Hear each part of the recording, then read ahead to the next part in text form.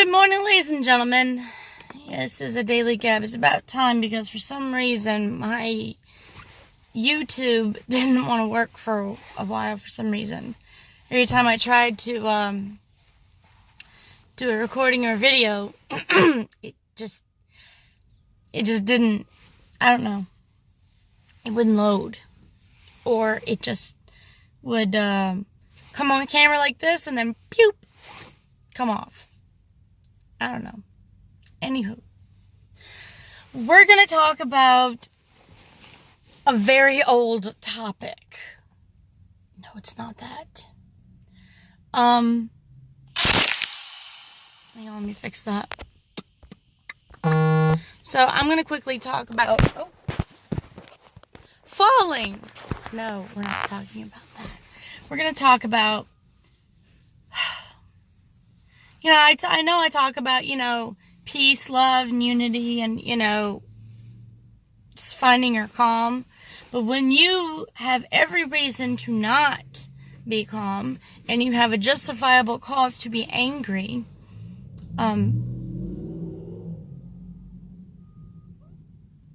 okay, obviously you're angry about something. I really don't know what, and I don't know why you...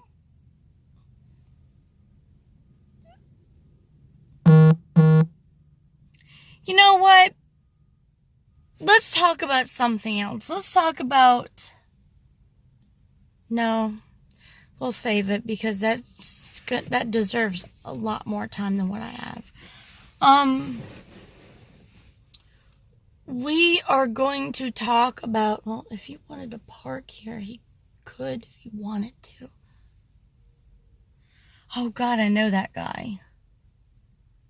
He's always angry. Anywho,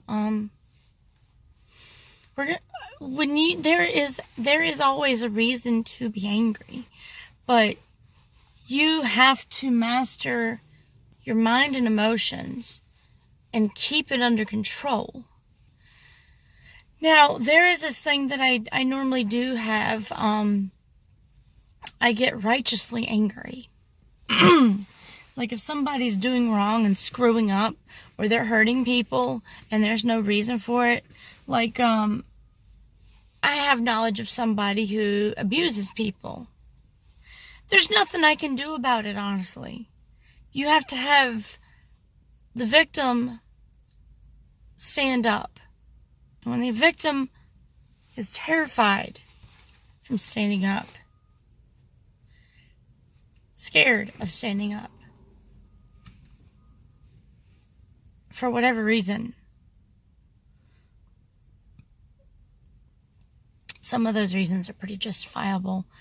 I get angry.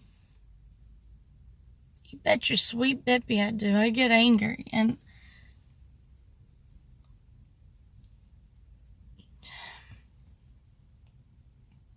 because the person that hurts them, I can't stand that. I can't stand that, when someone is with somebody and the other person is just not doing what is right and not respecting them. In a way, they don't see as other people as living people. In their mindset, they're other people, and they are them. They are alone in this world. That's not true. If you become self-aware and awoken, you realize everybody is a part of you. When you're abusing somebody else, you're abusing yourself. Because honestly, if you ask somebody that has a history of it, ask them how they feel after doing this, that, and the other to somebody, they'll say, well, honestly, I feel like shit. Well, if you're feeling like shit, stop it! Calm your ass down. Honestly. I'll never forget that, somebody actually did get to see, like, okay, on my father's side, and my mother's side, there is a history of what people call in a certain culture berserkers. My father is that of the bear, and my mother is that of the wolf. So you can imagine one of the kids inherited that. Now my sister's more of a wolf. Me, I'm like a bear. But I have the finesse of a wolf. And when the finesse of the wolf does not handle the situation, the bear comes out. I was in a situation where I was in a very bad relationship. I know you all have overheard that. I was in a very abusive relationship many years ago. I want to say maybe 13 years ago. And those do leave scars. And it still sometimes feels as though it just happened yesterday. Me walking away.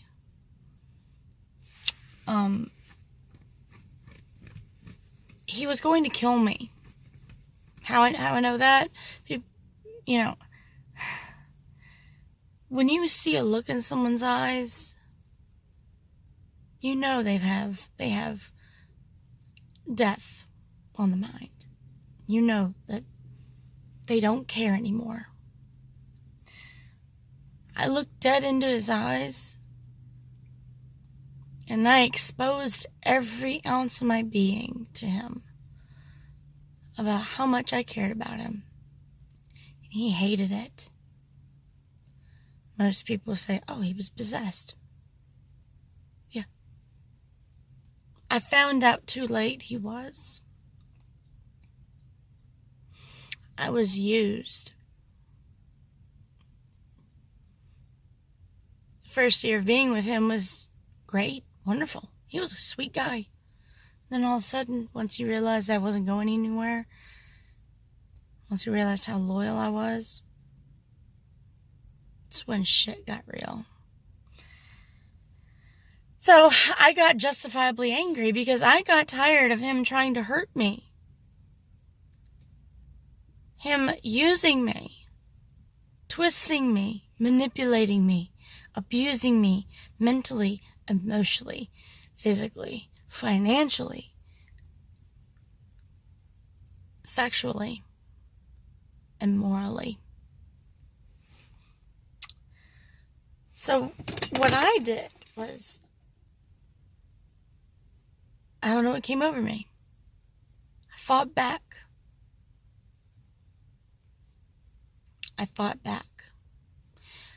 And believe it or not, I didn't know that I could actually floor a man that was almost 300 pounds. 6'1". I floored him, and he doesn't remember it to this day. He blacked out and went after me because I stood up to him. And he won't gonna have it. So, guess what I did? I guess the power of my ancestors and all the berserkers that were in my family line got up inside me and catapulted him down a flight of stairs, through a door. Also, there were other scenarios where my fight or flight, it depends on the situation. If I know I'm not going to win the fight, I'm going to run. I'm not stupid. I'm not a coward, but I'm not stupid. But if I know I'm going to win that fight and I have a fighting chance, I take my glasses off and I go. Because these are expensive. So, priorities, y'all. We all have that fight or flight mentality, but we have it hard graved into our head to run from everything, be offended by everything, get upset about everything, walk around in this big ball of nerves and mess. But if you master your mind and your emotions and weigh out whatever outcome you're looking for and weigh out what, your options are and things every day, you learn this really awesome trick called prioritization. And a lot of people don't have that. There's a lot of people like me, and there's a few communities that consider us as spirit warriors. I'm just me. I don't really fall under any category or title. I am just me, and I want to help. Now, earlier, like last month, we've overheard that, I've done my very best for somebody, and I've given unto myself. I've given to somebody and helped somebody in a way that people scratch their heads and go, why? Because they're saying that you're not doing anything, and you've done a lot, and you sacrificed a lot, and you've done this, done that. Why would you do that to somebody who is that ungrateful? I said, because at least nobody can say that I didn't give it my best. Nobody can say that I didn't do anything except for the person that's dumb enough to say that I didn't. Nobody can say that I didn't help. Plus, I know it's like to struggle, and Spirit told me to do these things. I did, and I do not regret it. Do I feel resentment because I'm told I didn't do jack shit to help this person because this person says it? Yeah. No, it's not resentment. It's more disappointment. It's disappointment. Now, if I was petty and earthly, I would definitely go back to the apartment and take every single thing that was mine and that my parents have given me. I definitely would. But I'm not earthly, and I'm not petty, so I let it go. Am I going to forget it? Nope. But am I going to forgive? I already have. But there's one little eensy-weensy teeny little thing that I'm having trouble forgiving for. And I think that's going to come with closure. I'm very patient, and I will wait.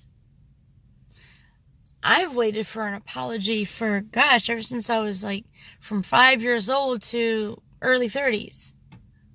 When I was 30, I got an apology from someone who picked on me and bullied me for years. And I forgot I was even waiting. Next thing you know, I get a message on Facebook. Remember this, and this that I did to you while we were growing up? Yeah. Why? I'm sorry. And I'm like, really? Yeah, I'm sorry. I'm like, hey, all's forgiven. Water under the bridge. Many years ago. It's just like, wow. But I already found peace. So, the best thing to do when it comes to your rage, your anger, your upset, the best thing in the world is to learn to master your mind and emotions. Now, if those of you who have watched my videos, you know to download the app on your phone called Calm. Do the 7 days of calm exercise. And I kid you not, you will never regret it. I swear, so mote it be. You will never regret that. It is the best feeling in the world. Once you achieve that, just once, the sun's going to be a little brighter. The colors around you in nature and everywhere else, it's going to be more vibrant. Everything's going to have a glittery kind of look to it. That is called enlightenment. I experience that every time I meditate. Sometimes I don't, but more, I want to say 85%, depending on what I'm meditating for, I do achieve that. And that app alone has taught me how to achieve that and how to master my mind. If you're sick and tired of your emotions running roughshod over you, if you're sick and tired of your random horrible ass thoughts running roughshod over you, do that.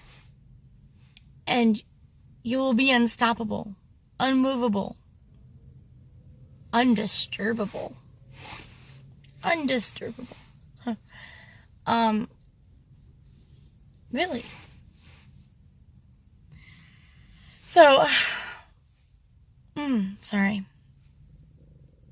You ever wake up and get those, I call them eye boogers in your eyeballs?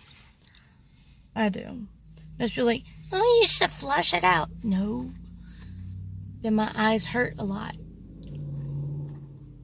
Yeah, you leave. Hateful. Hateful. Go away. You didn't even stop at the stop sign. You're gonna get a ticket, bro. He gonna get a ticket. In your future, I see a driving ticket for blowing not one, but 2 stop signs. Let's hope he doesn't blow any lights. That would be very, very unfortunate.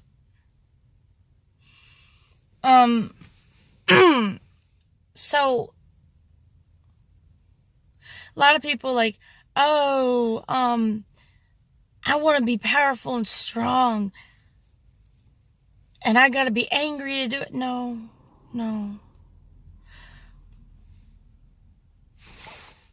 Best lesson my sensei has taught me when I was learning karate was, fire, it's quick, and it comes in spurts.